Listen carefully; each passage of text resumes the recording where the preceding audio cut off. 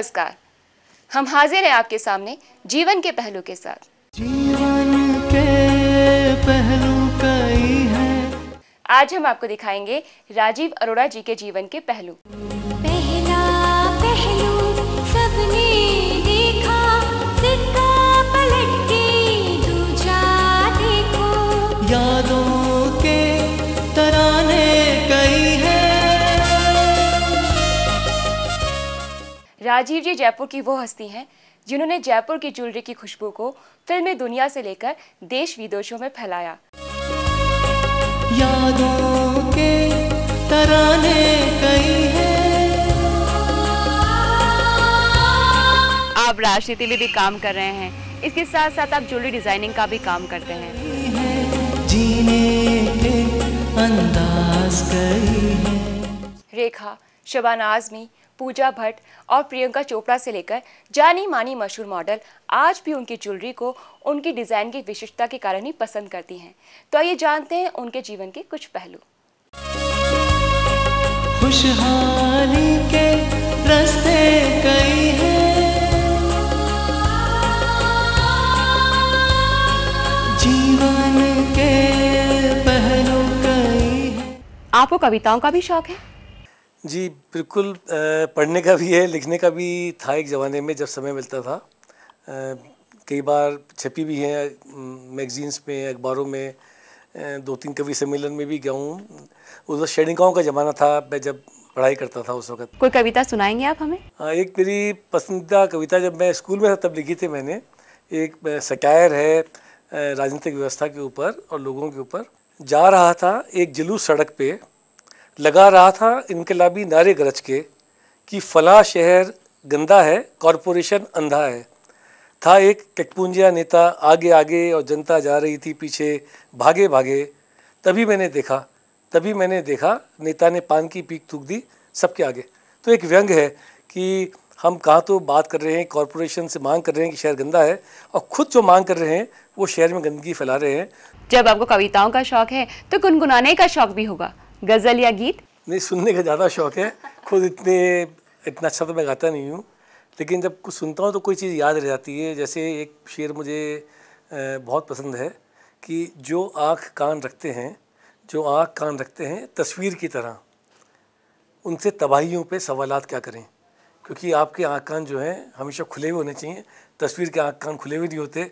तो जो लोग आँख कान अपनी तस्वीर की तरह रखते हैं उनकी तो तबाही पक्की है। तो इसलिए हमेशा स्वच्छ हवा को आने दो और अच्छी चीज़ें देखो और उनसे प्रेरणा लो। जीवन के पहलू कई हैं। आपने मिस इंडिया, मिस्टर इंडिया और अवार्ड्स फंक्शंस के लिए भी ज्वेलरी डिज़ाइन की है, वो अनुभव कैसा था? नहीं, बहुत इंटरेस्टिंग अनुभव होता है। क्योंकि एक जैसे फेमिना मिस इंडिया में मैंने 7-8 साल तक ज्वेलरी बनाई उनके लिए। उसमें 3 या 4 राउंड होते हैं फाइनल राउंड के अंदर, और कोई एक बड़ा गेस्ट डिज़ाइनर जैसे ऋतु कुमार या हेमंत त्रिवेदी या ऐना सिंह वो कपड़े बनाते हैं, और उनके लिए 27 जो फाइनलिस्ट होते हैं उनकी ज्वेलरी बनानी होती है, और हर सीक्वेंस के लिए अलग अलग ज्वेलरी बनानी होती है।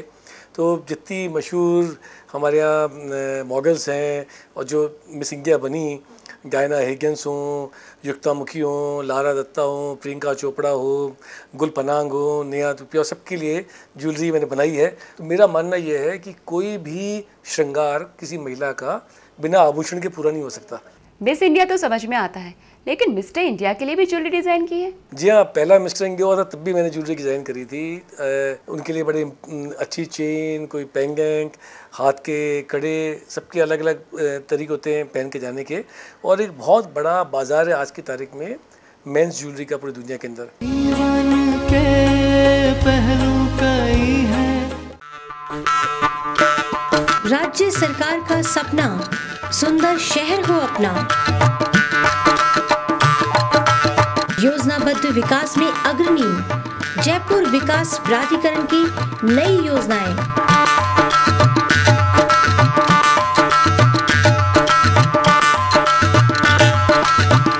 जयपुर विकास प्राधिकरण आपके लिए, आपके हित के लिए। जयपुर विकास प्राधिकरण। राजस्थान आवासन मंडल मकान की किस्तों के पैसे से बेघरों को घर देता है। किस्तें चुकाइए, आवासन मंडल को समर्थ बनाइए। ध्यान रहे, किस्तें न चुकाने पर मकान का आवंटन निरस्त हो सकता है और इसे नीलाम भी किया जा सकता है। किस्तों का चुकारा, झंझट से छुटकारा।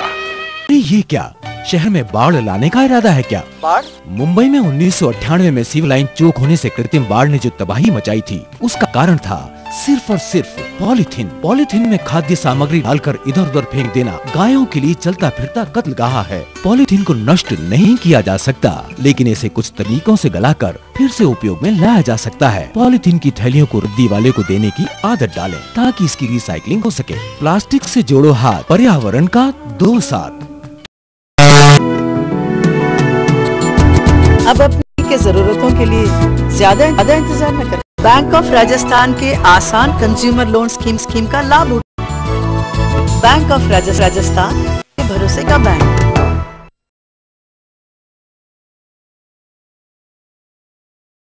जीवन के पहलू कई हैं। अमेरिका के पूर्व राष्ट्रपति बिल क्लिंटन साहब जब भारत आए और जब वो जयपुर आए तो आपने उन्हें कुछ खास तरह के मेंढक गिफ्ट किए थे। वो क्या खास तरह के थे?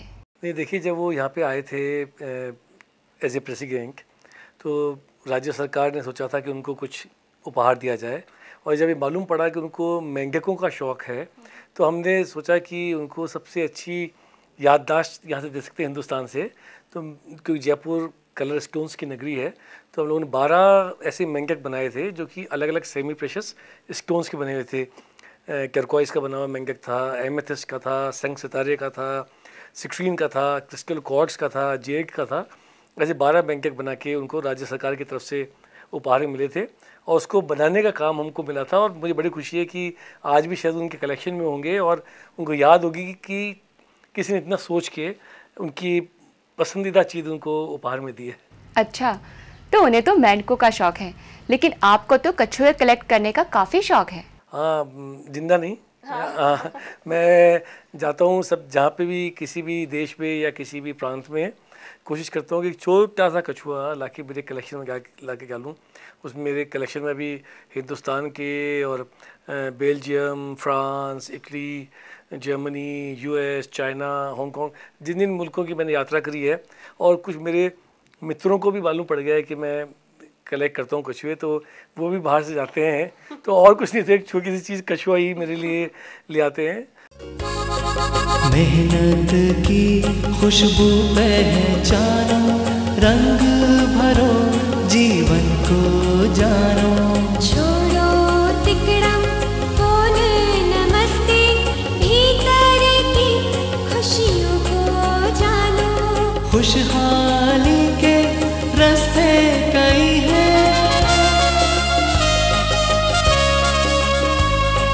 खुशहाली के रास्ते कई हैं। जीवन के पहलू कई हैं। आपने ज़िंदगी में काफ़ी संघर्ष किया और जो आप बनना चाहते थे वो बने, आपने सफलता अर्जित की। हमारी युवा पीढ़ी भी आजकल संघर्ष कर रही है, उन्हें कोई खास संदेश देना चाहेंगे आप? ये सबसे पहली बात तो आज के ज़माने में ज़्यादा सुविधाएं हैं, ज़्यादा संसाधन हैं, ज़्यादा अवसर हैं युवा पीढ़ी के सामने। और सबसे महत्वपूर्ण बात है कि ये जो शताब्दी चल रही है, 21वीं शताब्दी, ये एशिया की शताब्दी है। जो 19वीं शताब्दी थी वो यूरोप की शताब्दी थी, मैं ऐसा मानना है मेरा। 20वीं शताब्दी अमेरिका की शताब्दी थी, और 21वीं शताब्दी में एशियन मुल्क, चाहे हिंदुस्तान हो, चाइना हो, उनमें बहुत ज़बरदस्त विकास होने वाला है, प्रगति होने वाली है।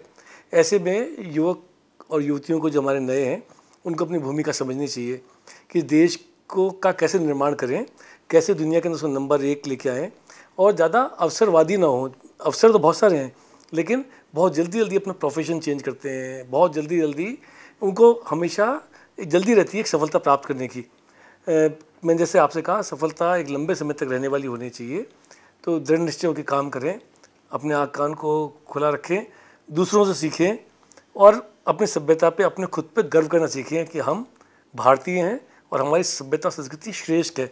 तब आप दुनिया में लीडर बन पाएंगे। दुनिया में नेतृत्व की बहुत कमी है, किसी भी फील्ड के अंदर आप जिसमें भी हो उसमें आपको अग्रणी रहना चाहिए। तो नेतृत्व की क्षमता हमको हमारे यंग जनरेशन को सिखानी पड़ेगी।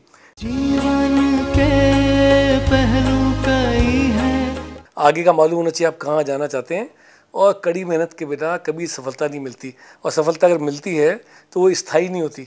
तो हमेशा एक एक सीढ़ी आप ऊपर चढ़ो, लेकिन एक पूर्ण निष्ठा के साथ, तो वो मेरे ख्याल से सबसे ज़्यादा आवश्यक है। पंख लगाकर अंबर देखो, अरमानों के मंजर देखो। पहला पहलू सबने देखा, सिक्का पलट के दूजा देखो। यादों के तराने कई हैं। तो ये थे जीवन के पहलू। आपको हमारा एक कार्यक्रम कैसा लगा? आपके पत्रों का हमें इंतजार रहेगा। हमारा पता नोट करें। हमारा पता है pink screen communication, post box number 27, GPO, Jaipur, Rajasthan. अगले सप्ताह इसी दिन इसी समय आपसे फिर मुलाकात होगी। तब तक के लिए नमस्कार।